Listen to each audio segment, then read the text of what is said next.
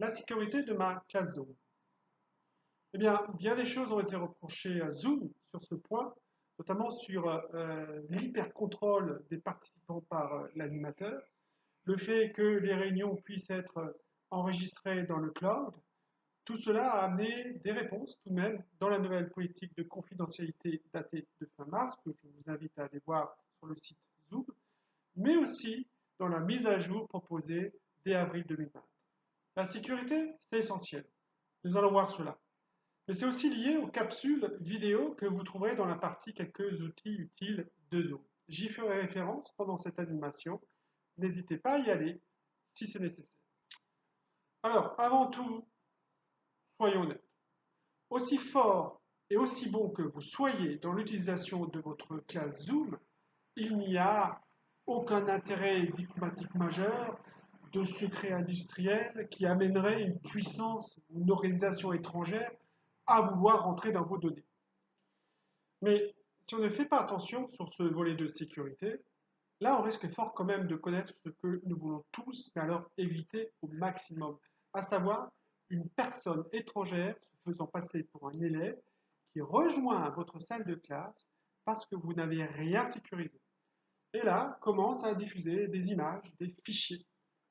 Tout élément en fait complètement inapproprié, voire même de l'ordre du pénal. Ça va vous mettre en difficulté sérieuse au regard de l'institution, mais aussi des familles et des élèves. Surtout que cette personne étrangère, qui aurait réussi à votre insu à rejoindre votre classe, eh bien, elle peut communiquer de manière privée, par les chats, avec chacun de vos élèves ou des groupes d'élèves. Et là, ça veut dire qu'il peut leur envoyer tout et n'importe quoi, et vous faites tranquillement votre classe car vous ne voyez rien. C'est ça, essentiellement, que nous souhaitons éviter en termes de sécurité. Secondairement, nous voulons aussi éviter que nos élèves eux-mêmes, par mégarde ou volontairement, partagent tout à coup des contenus privés de l'ordinateur qui auraient dû, je dirais, rester privés. En paramétrant correctement Zoom, vous vous éviterez ce genre de soucis tout en sachant qu'aucun outil n'est sûr à 100%. Allons voir le premier point. Exigez que vos élèves s'inscrivent avec leur nom et prénom, mais exigez également la webcam.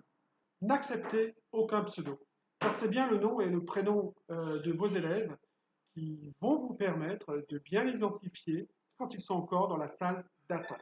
Une fois que ça c'est fait, vous les placez dans la classe Zoom.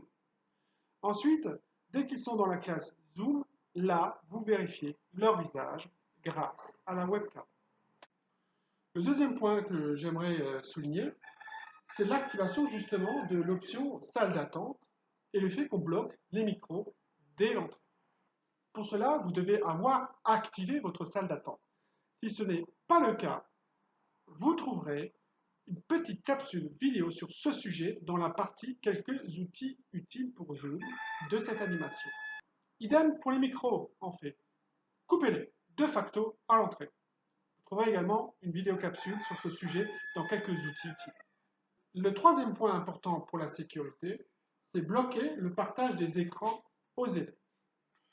Comme on veut éviter des partages d'écrans intempestifs ou involontaires de la part de nos élèves, par défaut, on désactive cette option chez nos élèves.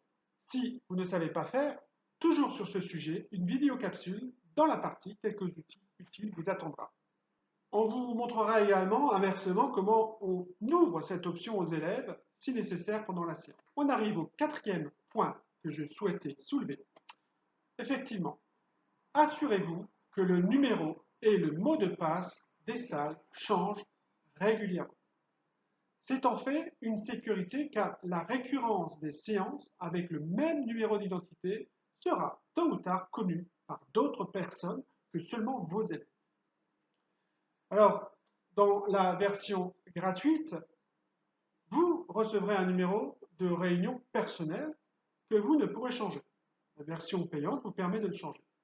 Mais pour la version gratuite, pour le premier cas, seule la programmation d'une réunion vous permettra de changer régulièrement le numéro de la salle et également le mot de passe si vous le souhaitez. Je prends juste quelques secondes pour montrer ça dans la version gratuite et dans la version payante. Dans sa version gratuite comme payante d'ailleurs, le changement de numéro d'identité de votre salle Zoom peut se faire automatiquement. Cela se passe simplement par l'option Programmer une réunion qui est ici. On va donc cliquer dessus. Une nouvelle fenêtre s'ouvre dans laquelle vous pourrez choisir le sujet de la réunion, les dates, l'heure, la durée, mais ce qui nous intéresse plus spécifiquement, c'est ici. Numéro de réunion créé automatiquement. Effectivement, la coche est posée là, donc à chaque fois que je vais programmer une réunion, le logiciel va générer un nouveau numéro d'identité. L'autre option intéressante sur cette fenêtre, c'est le mot de passe. Évidemment, on va l'exiger, donc on va le cocher, c'est ce qui est déjà fait, mais surtout, vous pouvez le changer. C'est-à-dire, d'une certaine manière, vous pouvez changer automatiquement les numéros de réunion, mais garder le même mot de passe, par exemple. Ça, c'est vous qui voyez.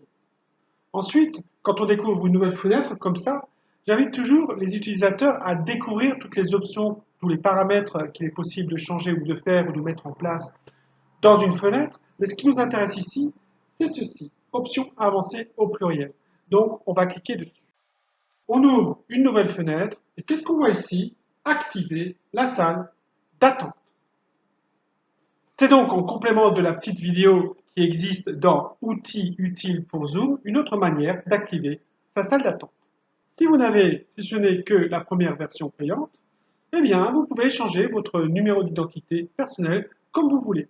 Ça se passe ici, nouvelle réunion, et à côté, il y a une petite flèche que je vais ouvrir.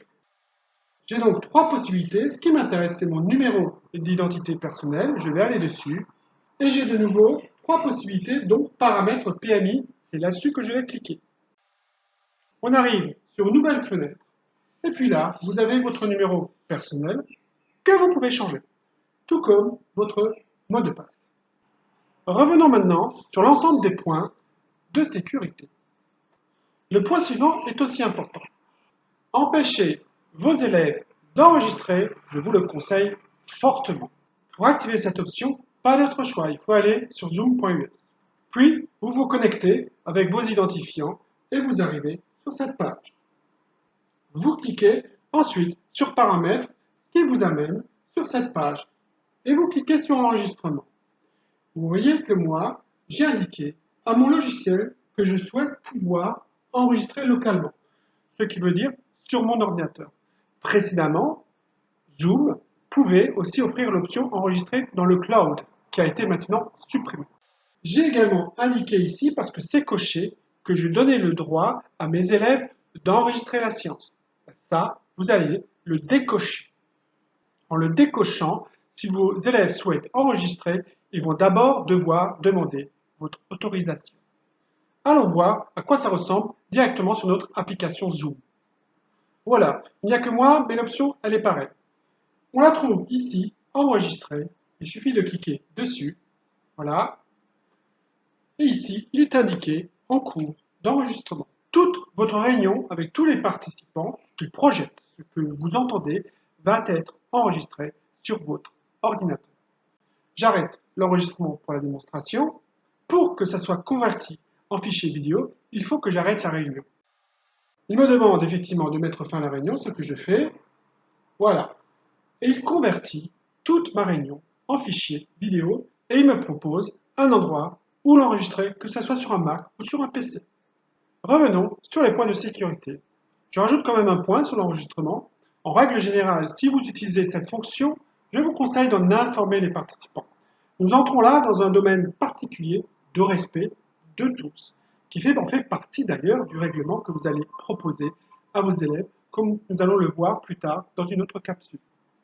Enfin, un dernier point, toujours pour des raisons de sécurité, mais pas que, aussi de management de classe, comme vous allez le voir dans une prochaine vidéo sur le règlement, il faut savoir mettre un élève en salle d'attente ou l'expulser rapidement. Si vous ne savez pas faire, vous trouverez dans une capsule vidéo de la partie quelques outils utiles le mode d'emploi.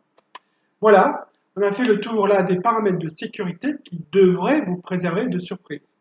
Mais la sécurité passe aussi par la connaissance que les élèves ont de vos attentes concernant leur attitude. Ça, ce sont les thématiques suivantes.